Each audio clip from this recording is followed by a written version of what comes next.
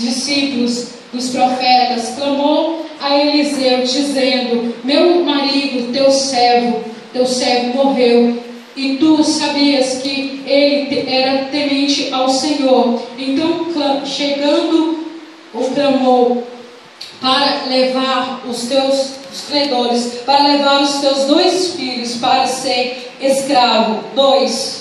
A igreja. E Eliseu lhe perguntou: que hei de fazer? Ele é que tem filhos em casa. Ela respondeu: Aleluia, tua Jesus. serva não tem nada em casa, senão uma botija de azeite.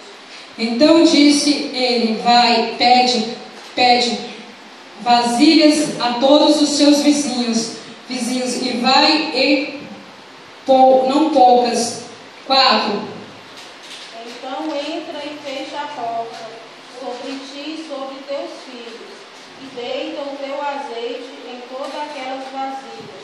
Portanto, Põe à parte o que estiver cheio. aleluia, Jesus. Portanto, ele fechou a porta sobre os seus 2 filhos, e ele chegou as vasilhas, e ela encheu. 6.